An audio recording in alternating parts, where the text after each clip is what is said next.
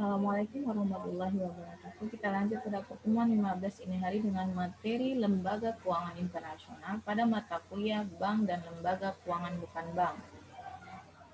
World Bank, IMF, ADB, dan Eurobank, peranan LKI tersebut banyak berperan di sektor pemerintah dan moneter, terutama setelah kebijakan deregulasi perbankan.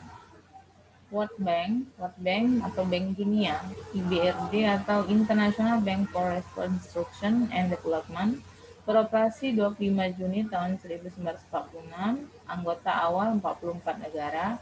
World Bank didirikan sebagai lembaga keuangan internasional atau LKI untuk memberikan dan menjamin kredit-kredit yang ditujukan untuk proyek-proyek rekonstruksi dan pertumbuhan yang produktif. Dana rekonstruksi berasal dari modal bank dunia sendiri yang terdiri dari kontribusi pemerintah, negara anggota, dan mobilisasi modal swasta. Modal saham Bank Dunia disusun sehingga tiap risiko kegiatannya dibebankan kepada negara anggota berdasarkan kekuatan ekonomi mereka masing-masing.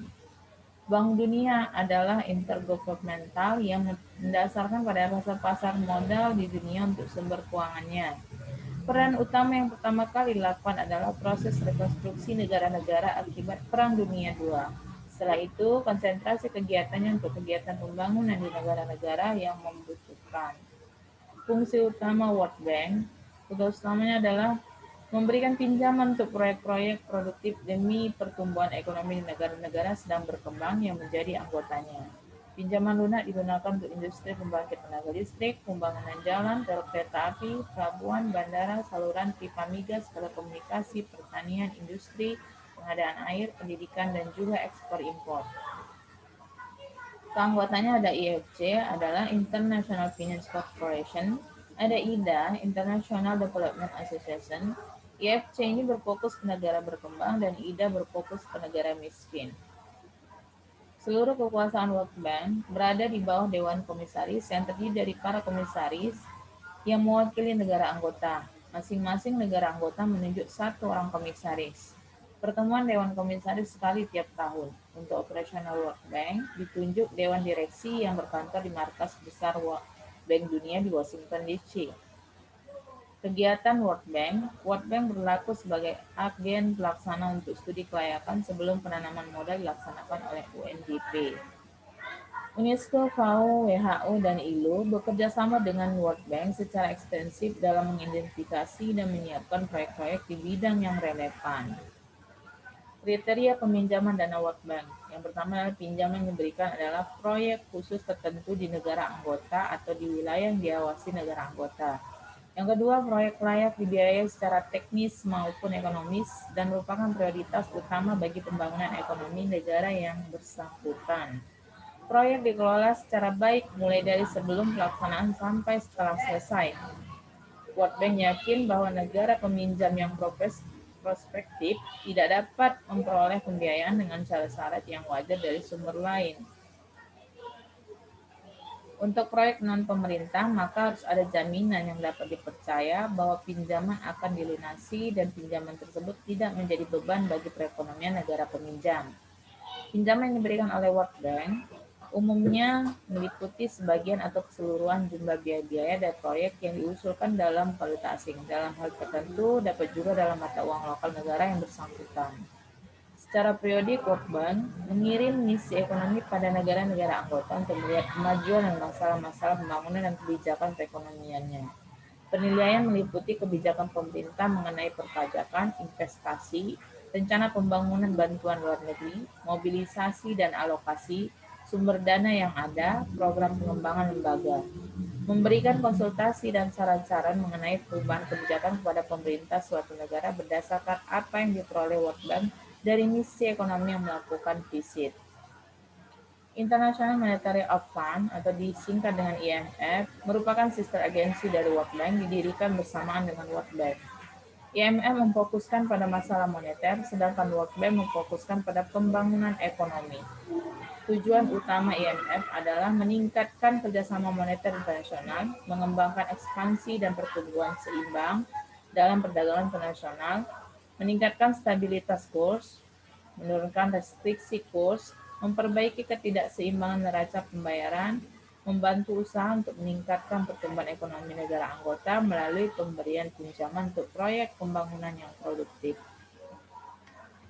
IMF dan World Bank mengadakan rapat tahunan bersama dengan lokasi head office yang berdekatan untuk memudahkan operasional informasi. 6 dari 20 direktur pelaksana World Bank adalah direktur pelaksana IMF.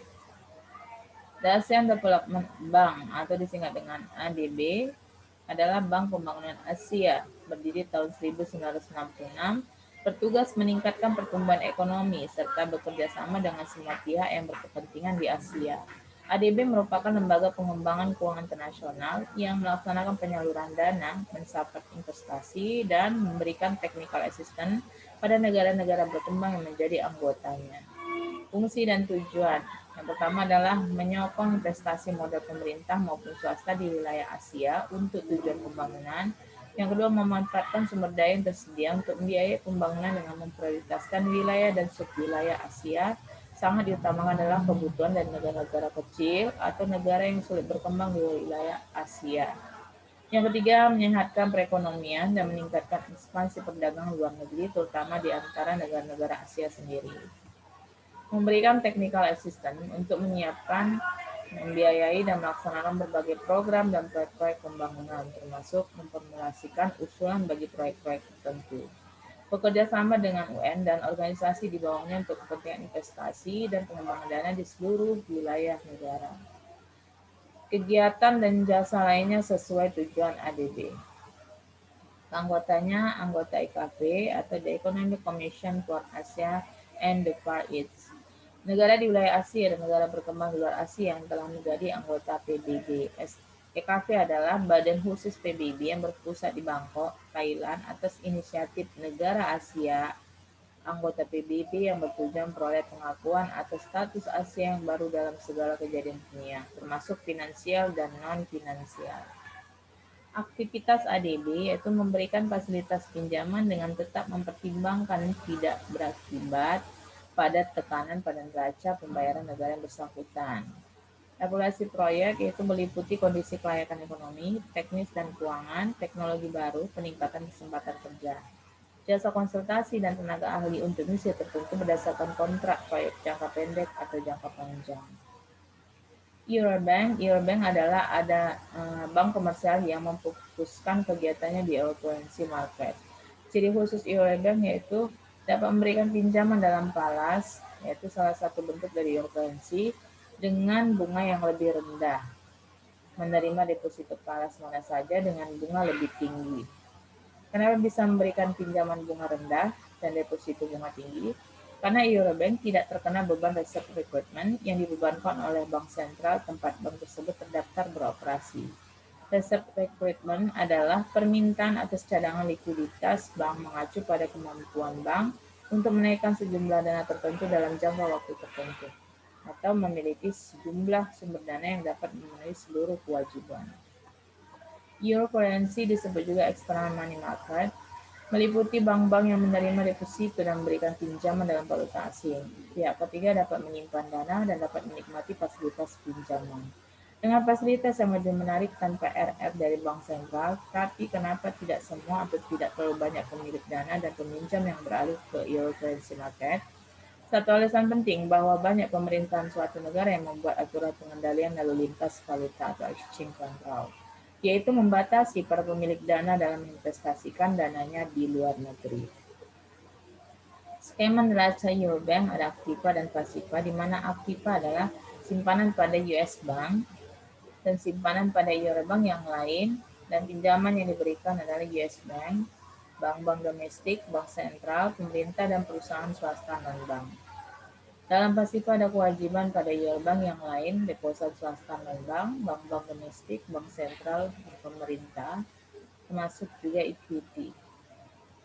Hubungan perbankan Indonesia dan Eurobank. Faktor liability management. Ada konsep LM bertujuan mendapatkan cost of fund yang minimum. Fasilitas swap cover dari Bank Indonesia menjadi peluang buat perbankan. Dikarenakan reduction di atas, maka kegiatan operasional Eurobank telah memberi peluang yang sangat menarik bagi perbankan Indonesia. untuk mencari dana atau funding yang lebih murah ke pasar yield currency ataupun menempatkan dana valuta asing yang idle ke pasar yield currency. Bank devisa di Indonesia jika meminjam dana ke Eurobank maka akan dibebankan bunga sebesar LIBOR tambah 1/8%. Jika meminjam selain ke Eurobank maka dibebankan bunga berlaku lebih tinggi dari LIBOR tambah 1/8%, misalnya LIBOR ditambah 3/8%. Untuk kelebihan dana yang idle dalam bentuk falas yang tidak alokan kredit, maka Eurobank adalah alternatif dengan tingkat bunga yang lebih tinggi dibandingkan dengan non-Eurobank lainnya. Di mana swap faktor adalah kombinasi dari membeli dan menjual dua mata uang yang diikuti dengan membeli dan menjual kembali mata uang yang sama dengan batas waktu yang berbeda. Transaksi ini tidak akan mempengaruhi forex exchange gain atau loss karena didasarkan pada perbedaan tingkat bunga antara dua mata uang yang terlibat dalam transaksi tersebut. Cukup sekian ya pertemuan kali ini ya. Untuk tugas ya, dari materi ya, lembaga keuangan internasional, cari studi kasus ya mengenai lembaga keuangan internasional, buat sebanyak 3 halaman atau sampai 4 halaman, tulis yang rapi di kertas double folio. Nanti dikirim ya ke grup ya, grup mata kuliah kita. Jika ada yang ingin ditanyakan ya mengenai materi dan juga tugas, nanti kita diskusikan bersama. Cukup sekian ya materi ini hari. Assalamualaikum warahmatullahi wabarakatuh.